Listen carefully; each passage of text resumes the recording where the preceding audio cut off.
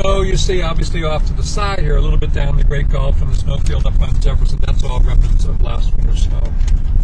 And I haven't, this is literally my first day driving back this summer.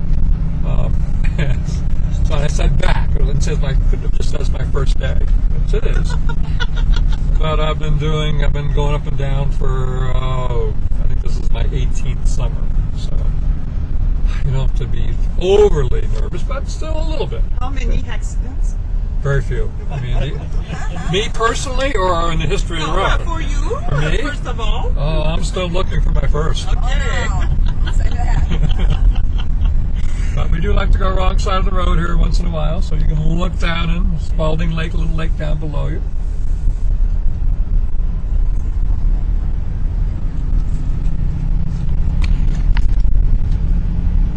When Marty first came up, when the TV station was there, MTV, everything was on vacuum tubes, and you really had to know your stuff to be an engineer back then to keep that TV station operating.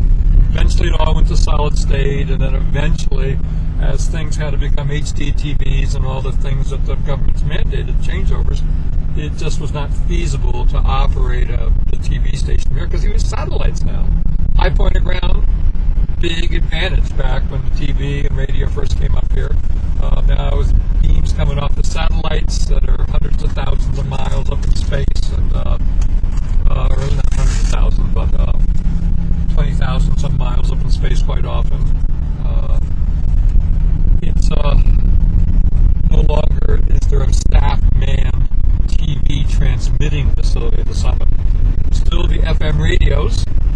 There are two working FM radios, WM. I don't know what they're under. I can get it for you. Look at the reception. Dial it right up here. Okay, Drew would get the majority. Oh, you got to look into secret places. No, nothing of size.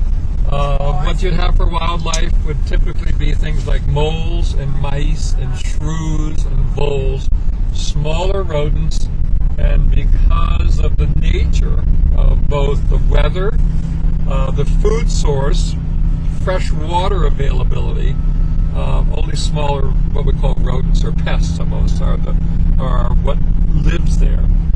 There are foxes that now live up there, and the foxes partially are successful. Some of them have wintered even, but their success is also directly related somewhat to human activity, which means otherwise what I'm saying is that they are fed. Food is put out for them occasionally.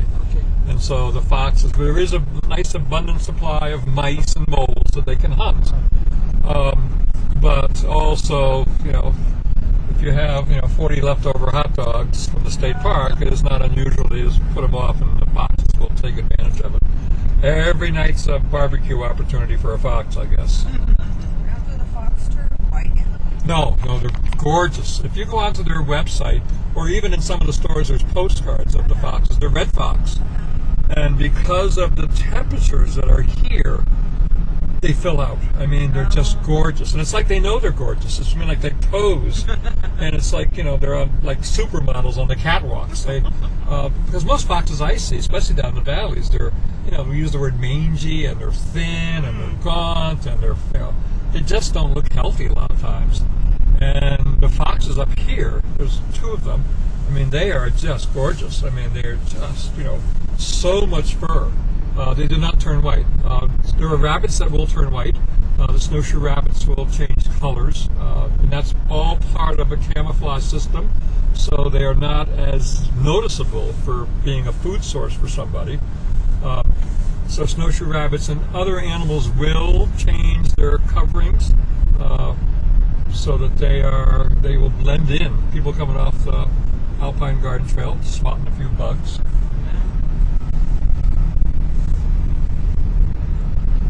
But the foxes are red foxes. They stay red, and they really fill out in their fur, especially during the winter months. There's a cat that is also always present on the top, and the current cat is Marty. And the cat's original, their history goes back to the days of the early observatory, when there was not not access to the top of the mountain during the winter months. So basically, the early observatory crew, when you were on the mountain, you were there pretty much forever. If you needed something during the winter, you were free to hike down and get down, go to the store, hike all the way back up.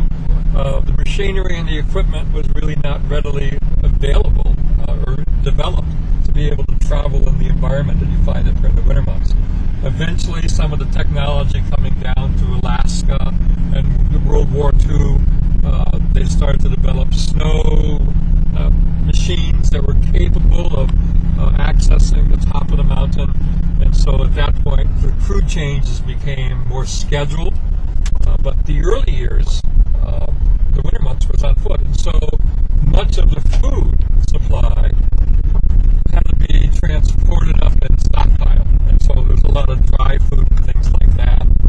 And so the abundant supply of mice were invaders. And so in order to safeguard